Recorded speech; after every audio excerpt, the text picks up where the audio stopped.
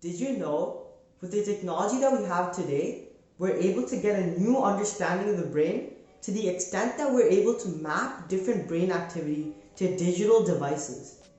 Today, I'll be coding up a brain-computer interface of my own to control a presentation with my brainwaves.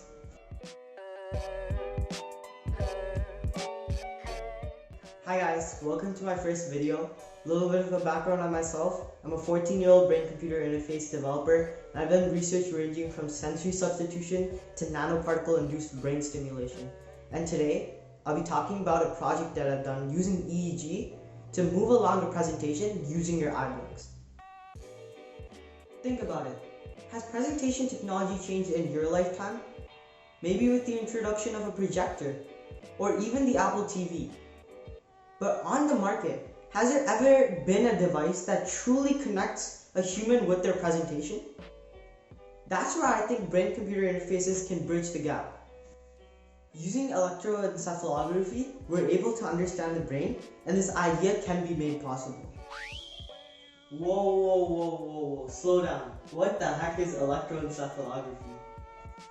Alright. EEG basically just measures the electrical activity in your brain. If you go back to high school biology, you might know that your brain is composed of networks of thousands of neurons. And EEG is basically able to put a microphone next to them and listen into the activity that's going on in those networks.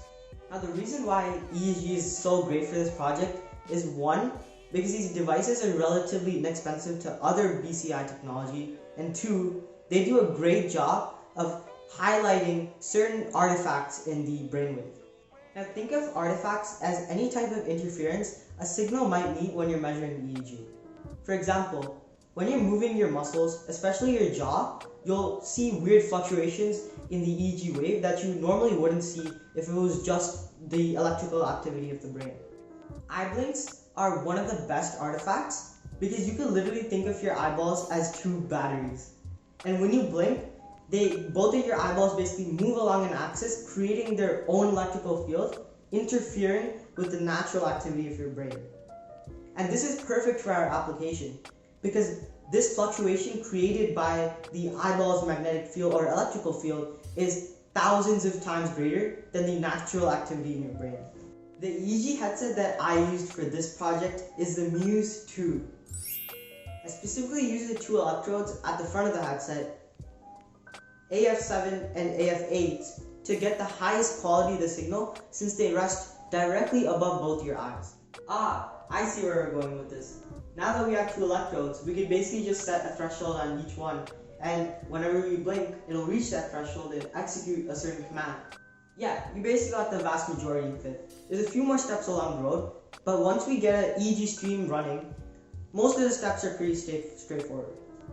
Initially, I tried using all that raw EEG data, placing it under an if-else statement, but it didn't work, just because of how noisy the EEG data is. If we were to plot all those raw EEG data points, it would look like a very, very inconsistent waveform. Because our EEG waves are actually made up of multiple different frequency bands. You may have heard of your brainwave being classified as alpha, beta, gamma, or theta. And these are just different frequency oscillations that combine to make up your complex waveform, which the EEG collects.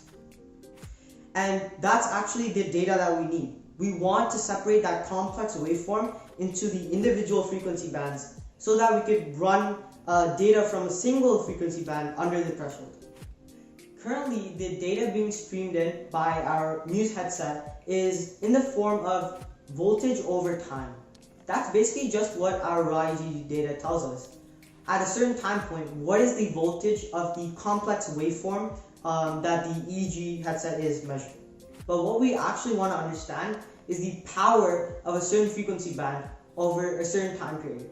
So for example, if I wanted to know how much the frequency band of delta, for example, which measures between 1 Hz to 4 Hz, how much that frequency band is contributing to the overall waveform that is being measured by the Muse headset, I would conduct an analysis called power spectral density.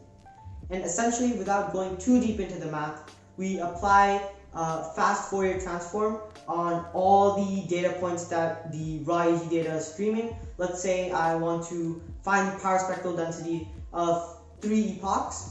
I would take the data points that collected over 3 seconds and then run it through the power spectral density analysis, and it would basically return an array filled with power spectral densities of each frequency band. And that data point, the PSV of a certain frequency band, is essentially what we're placing under the threshold. Alright, cool. Now that we have usable data, we could set our thresholds and map each threshold to a left or right key press.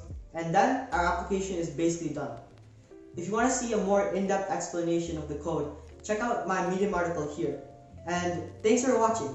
Here's the demo of my application.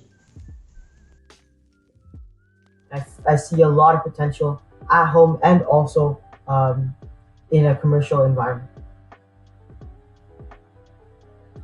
Why are they so cool?